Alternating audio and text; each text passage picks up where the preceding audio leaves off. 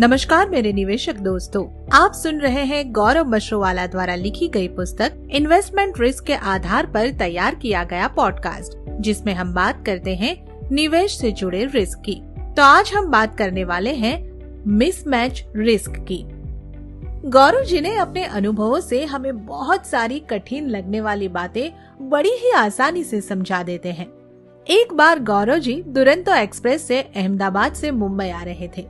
ये ट्रेन अहमदाबाद से मुंबई सेंट्रल तक किसी भी स्टेशन पर नहीं रुकती है।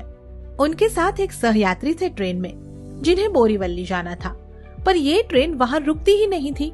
तो स्थिति ये थी कि उन्होंने जो ट्रेन ली थी वो उनके डेस्टिनेशन से गुजरती तो थी, पर रुकती नहीं थी। अब वो वहाँ कूद तो सकते नहीं थे, लिहाजा उन्हें मुंबई सेंट्रल उतरकर बोरीवली तक वापस आना पड़ा, जिसमें उनका समय, मेहनत और पैसों का व्यय हुआ। तो निवेश करते वक्त भी ऐसी ही गलती हो जाती है। एक बार गुजरात के एक छोटे शहर के एक दंपत्ति ने गौरव जी को सहायता के लिए बुलाया। अब उनकी प्रॉब्लम ये थी कि उनके पास अच्छा खासा बंगला, जमीन, दुकान और बहुत सारे इन्वेस्टमेंट मिलाकर 5 करोड़ की संपत्ति थी, पर उसमें से bank deposit, mutual fund, share ये सब मिलाकर सिर्फ 25 लाख थे। अब इनकी बेटी को विदेश पढ़ाई करने जाना था, जिसके लिए उन्हें 47 लाख की जरूरत थी। अब उनके पास कई समस्याएं खड़ी हो गई थी। एक तो 5 करोड़ की संपत्ति होते हुए भी वक्त पर उन्हें 47 लाख नहीं मिल पा रहे थे। दूसरी, अगर वो उनकी जमीन बेचे तो उसकी कीमत 99 लाख थी।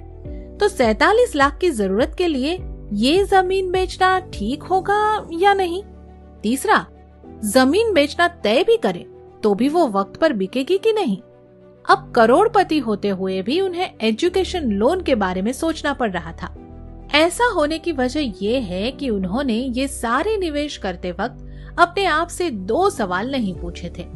पहला, हम कौन से फाइनेंशियल गोल के लिए बचत या निवेश कर रहे हैं, और दूसरा, उस गोल के लिए हमें हमारे पैसों की जरूरत कब पड़ेगी।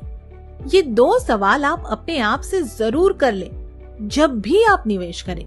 हमें हमारे निवेश से पहले हमारे सारे फाइनेंशियल गोल्स की एक लिस्ट बना लेनी चाहिए और हर गोल का वक्त भी तय कर लेना चाहिए, ताकि आपके निवेश के टाइमिंग और आपके गोल के टाइमिंग में कोई डिफरेंस ना आए। निवेश और फाइनेंशियल गोल के बीच में टाइमिंग का जो ये डिफरेंस आ जाता है ना, उसी को कहते हैं मिसमैच रिस्क।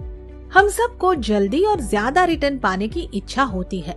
अब कोई हमें पूछे कि साइकिल और हवाई जहाज दोनों में किसकी स्पीड ज्यादा है, तो लाजमी है जवाब होगा हवाई जहाज। पर अगर हमें सिर्फ 2-4 किलोमीटर ही दूर जाना हो तो हमें साइकिल से ही जाना होगा। तो यहाँ हमें गौरव जी समझाना चाहते हैं कि मैक्सिमम रिटर्न नहीं, पर बेस्ट रिटर्न पर हमें फोकस करना चाहिए। हमारी जरूरत पे हमें काम ना आए ऐसे मैक्सिमम रिटर्न क्या काम के।